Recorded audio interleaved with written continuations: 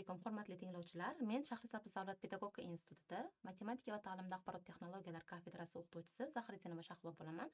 Bugungi ma'ruzamiz chiziqli algebra va analitik geometriya fanidan ikkinchi tartibli chiziqlardan aylana va ellips va uning kanonik tenglamalarini o'rganishga bag'ishlanadi. Demak, rejamizning birinchi qismi aylana va uning kanonik tenglamasi, ikkinchi qismi esa ellips va uning kanonik tenglamasi haqida bo'ladi.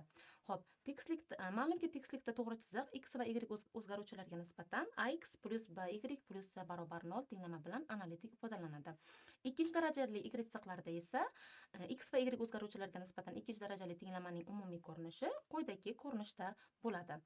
Bu tenglama odatda ikkinchi tartibli y chiziqlarning umumiy tenglamasi deb ataladi.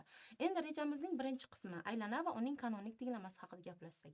Maktab kursidan bizga ma'lumki, berilgan nuqtadan teng uzoqlikda joylashgan nuqtalardan iborat bo'lgan nuqtalarning geometrik o'rniga aylana deb ataladi. Berilgan nuqta aylananing markazi, r masofa esa uning radiusi deb ataladi. Xo'p, aylananing ta'rifidan foydalanib, markazi AB nuqtada bo'lgan va radiusi r ga teng bo'lgan aylananing kanonik ko'rinishini quyidagicha ifodalashimiz mumkin. Ya'ni x minus a ning kvadrati plus y minus b ning kvadrati barobar r kvadrat bu aylananing kanonik ko'rinishini ifodalaydi. Xo'p, aylananing kanonik ko'rinishini quyidagi 3 ta xususiy hollarni ko'rishimiz mumkin. Ya'ni birinchidan, agar aylanamizning markazi 0 u 0 nuqtada bo'lsa, ya'ni koordinatalar boshida bo'lsa, u holda aylanamizning kanonik ko'rinishi x kvadrat plus y kvadrat barobar r kvadrat ko'rinishda bo'ladi. Agar aylananing markazi ox o'qida yotsa, u holda aylananing tenglamasi quyidagicha bo'ladi. Ya'ni ox o'qida bilamizki, y'lar 0 ga teng. Shuning uchun aylananing kanonik tenglamasi x minus a ning kvadrati plus y kvadrat barobar r kvadrat bo'ladi. Va aksincha, agar aylana markazi oy o'qida yotsa, ya'ni xlar 0 ga teng bo'lsa, u holda aylananing tenglamasi x kvadrat plus y minus b ning kvadrati barobar r kvadrat ko'rinishda bo'ladi. Aylana tenglamasi x va y'larga nisbatan ikkinchi darajali tenglama bo'lib, uning x kvadrat va y kvadrat koeffitsiyentlari oldidagi koeffitsiyentlari bir xil bo'ladi va x va y'larning ko'paytmasi qatnashmaydi. Demak, aylana tenglamasining umumiy ko'rinishi quyidagicha bo'ladi. Bu tenglamani yuqoridagi aylananing kanonik tenglamasi bilan solishtirganimizda quyidagi ma'lumlarni topishimiz mumkin. Ya'ni a minus b taqsim 2a ga, b minus c taqsim 2a ga va radiusimiz b kvadrat ildizosida b kvadrat plus c kvadrat minus 4a taqsim 2a ga teng bo'ladi. Xo'p, endi yuqoridagi radiusni formulasidan quyidagi 3 ta xususiy hollarni ko'rishimiz mumkin. Ya'ni b kvadrat plus c kvadratimiz 4a dan katta bo'lsa, radiusimiz 0 dan katta son bo'ladi va berilgan tenglamamiz aylanani ifodalaydi.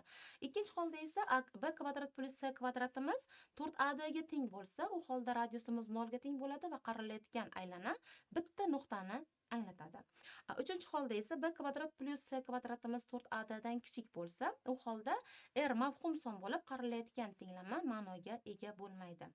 Xo'p, yuqorida o'rganganlarimiz bo'yicha quyidagi masalalarni ko'raylik. Masalan, birinchi masalada markazi 3 va 4 nuqtada joylashgan va radiusi 5 ga teng bo'lgan aylananing kanonik tenglamasini topish talab qilinsin.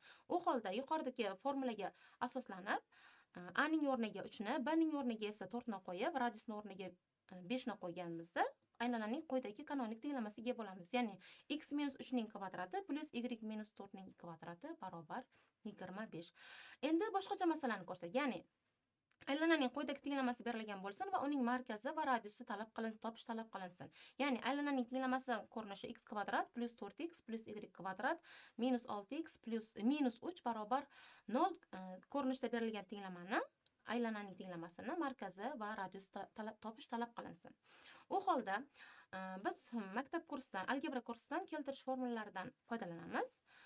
Ya'ni shakl almashtirish natijasida x plus 2 ning kvadrati minus y minus 3 ning kvadratini hosil qilganimiz natijasida minus 4 va minus 9 larni qo'shib ayiramiz va natijada radiusi 16 ga teng bo'lgan va markazi minus 2 3 ga teng bo'lgan aylanaga ega bo'lamiz.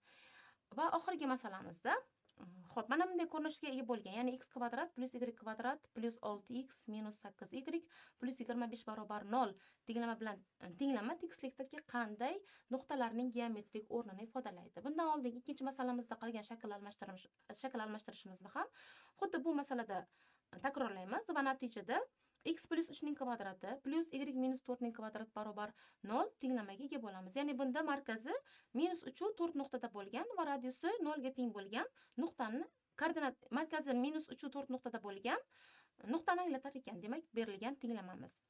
Xo'p, endi rejamizning ikkinchi qismi ellips va uning kanonik tenglamasi haqida.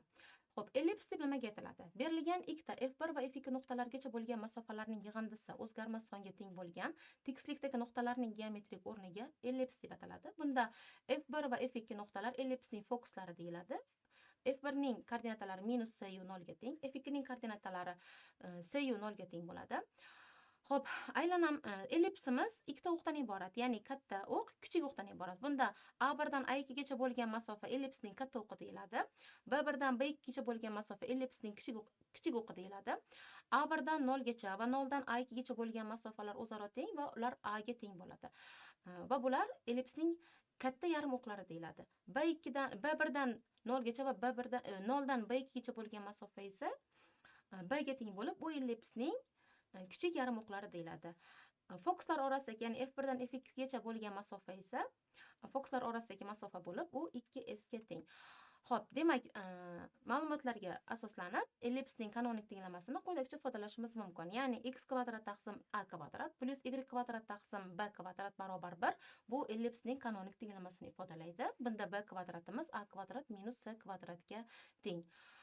Xo'p, endi ellipsning xarakteristikalari haqida gaplashsak. Ellipsning ekssentrisitet degan kattaligi mavjud. Ya'ni bunda ellipsning fokuslar orasidagi masofani uning katta o'qiga nisbatiga ellipsning ekssentrisitet deyiladi va u epsilon harfi bilan belgilanadi. Ellipsning fokal radiuslari birinchisi a plus epsilon x ga, ikkinchisi esa a minus epsilon x ga teng.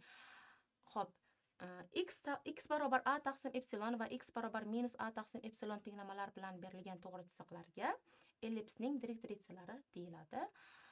Va shuning bilan biz aylana va ellips haqidagi ma'lumotlarimiz shulardan iborat edi. E'tiboringiz uchun rahmat.